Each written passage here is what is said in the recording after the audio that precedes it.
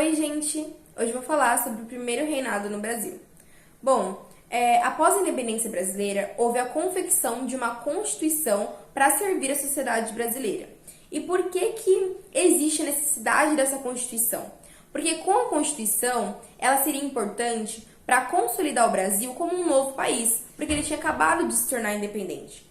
Então, ter um documento que mostrasse a definição dos direitos e das práticas políticas e administrativas do Brasil, que era um novo país, ia ajudar, a ampliar e a consolidar o Brasil como um novo país. De modo geral, a sociedade brasileira era dividida da seguinte forma: nós tínhamos o imperador, com seu poder centralizado nas mãos, os grandes proprietários de terra, os trabalhadores livres e os escravizados. E a gente teve, a Assembleia Constituinte, que queria, confeccionar aí uma Constituição. E o que unia essa Assembleia Constituinte com a Constituição? Que eles tinham os mesmos objetivos, os mesmos interesses de organizar o Estado e de dividir os poderes, ou seja, de descentralizar o poder das mãos de Dom Pedro I. É bom a gente frisar a diferença entre a igualdade natural e a liberdade política. Por quê? Porque a igualdade natural, a gente fala, que são os direitos inalienáveis de qualquer ser humano. Então, são direitos que você não pode tirar de uma pessoa. Então, a igualdade natural, ela é apenas aquele significado de que todos nascemos iguais. Mas será que todos os cidadãos, eles têm a mesma liberdade política? Principalmente naquela época, não. Por quê? Porque a liberdade política era apenas para um grupo específico de pessoas, para a elite, para quem tinha acesso àquilo. Para o restante da população, que era a sua maioria em trabalhadores livres e escravizados, eles não iam ter essa liberdade política igual os grupos dominantes, certo? Então, havia essas consequências para o cidadão daquela época. Essa Assembleia Constituinte, ela foi dividida em dois grupos: os liberais e os conservadores. Qual a diferença entre os dois? Os grupos liberais, eles defendiam a ampliação da participação política e a descentralização dos poderes da mão de Dom Pedro I. Os conservadores eles já eram a favor dessa política centralizada e da ampliação do poder de Dom Pedro I. Mas, gente, vale a pena frisar que os liberais, apesar deles serem a favor da ampliação da participação política, eles queriam a ampliação dessa participação política para a elite e não para a população de um modo geral. Existem liberdades significativas entre os dois grupos?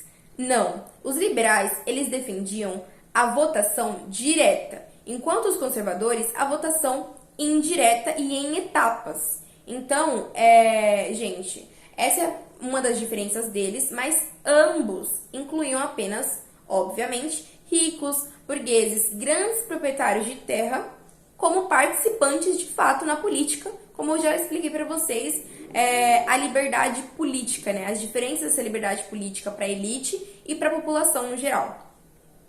E agora a gente tem as principais características do projeto constitucional de 1823. As suas principais características foi que ele foi conhecido como a Constituição da Mandioca, porque até então, em 1823, a gente não tinha uma moeda, a gente não tinha um real, a gente não tinha um cruzeiro. Então, eles exigiam uma renda equivalente a 500 e 1.000 alqueires de mandioca para você votar. E eles queriam garantir também a independência brasileira. Eles queriam limitar o direito à cidadania dos portugueses. E eles defendiam a realização de eleições em 2 graus, em 2 etapas. Mas esse projeto institucional de 1823 foi para frente? Foi aceito?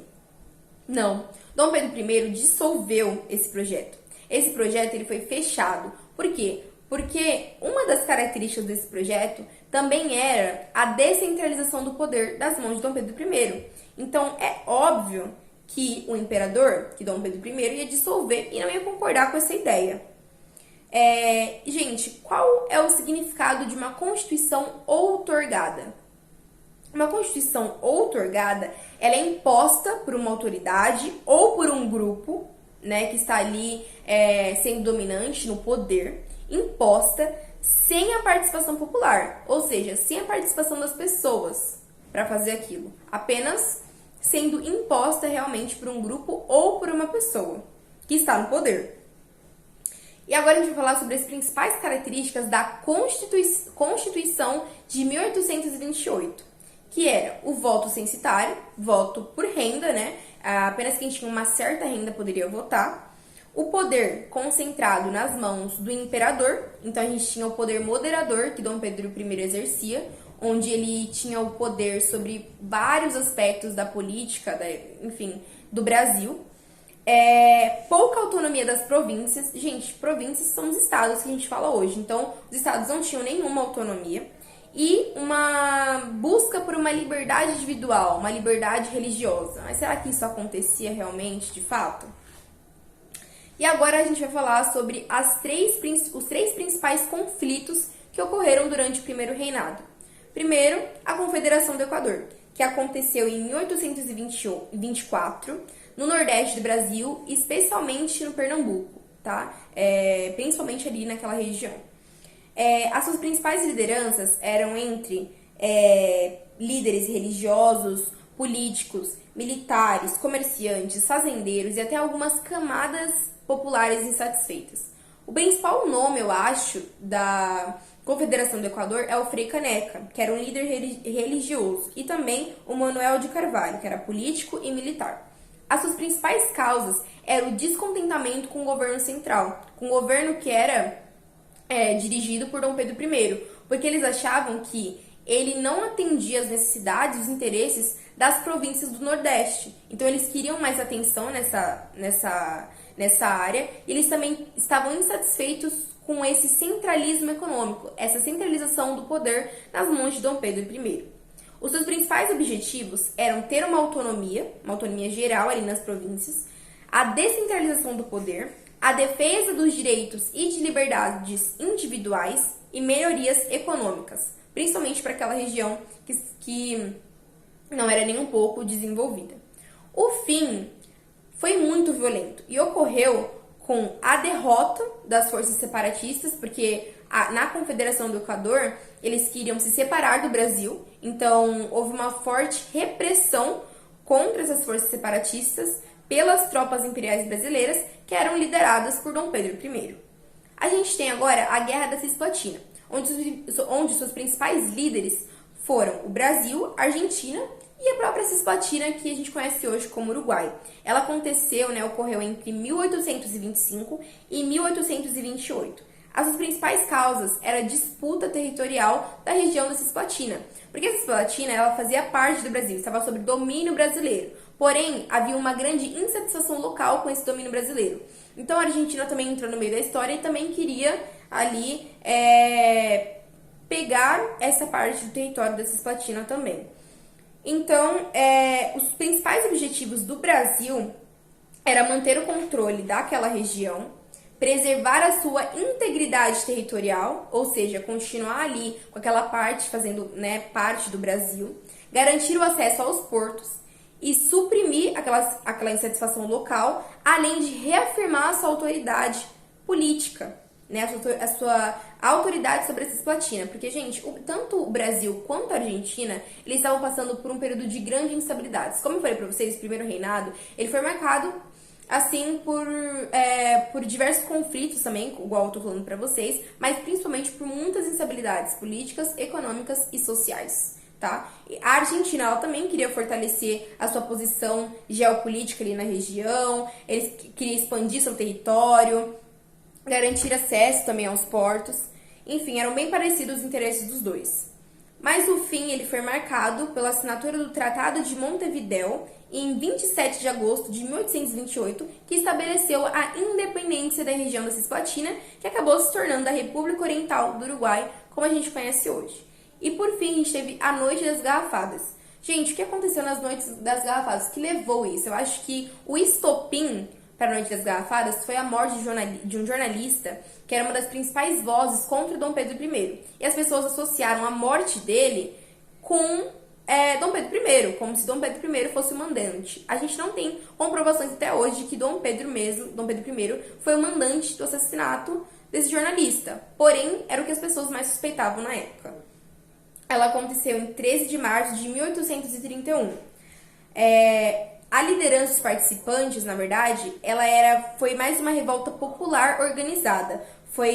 Não organizada não, mas espontânea, sabe?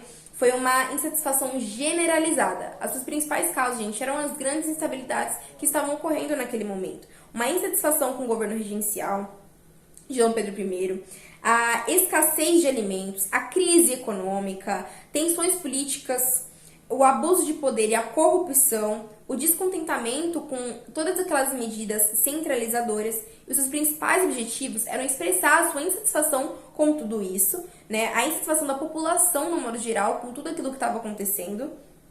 Eles queriam menos centralização do poder, maior participação política, maior ampliação da participação política, uma administração que realmente se importasse com as necessidades e com os interesses das províncias, né? Principalmente ali do Nordeste também, em várias províncias. E o fim é que, na verdade, não teve um fim definitivo, né? Não teve, nossa, aqui acabou. Ele foi mais um episódio único de descontentamento da população, de revolta popular, mas ele não resultou em nenhuma mudança significativa e nenhuma mudança imediata. Em abril do mesmo ano, Dom Pedro I ele acaba renunciando ao poder, mas não tem total ligação com a Noite das Garrafadas. A Noite das Garrafadas foi apenas mais um motivo para ele também abdicar do poder, né? Ele simplesmente sai do Brasil e volta para Portugal. Então, ele acaba abdicando de tudo por conta dessas várias instabilidades políticas, sociais, econômicas, por grande pressão que ele estava sofrendo. Então, a Noite das Garrafadas foi um dos motivos que levaram à abdicação do poder de Dom Pedro I. E o primeiro reinado acaba aí, né? Quando Dom Pedro I volta para Portugal e abandona o trono aqui no Brasil como imperador. E é isso, gente. Eu espero que vocês tenham gostado. E é isso. Tchau, tchau.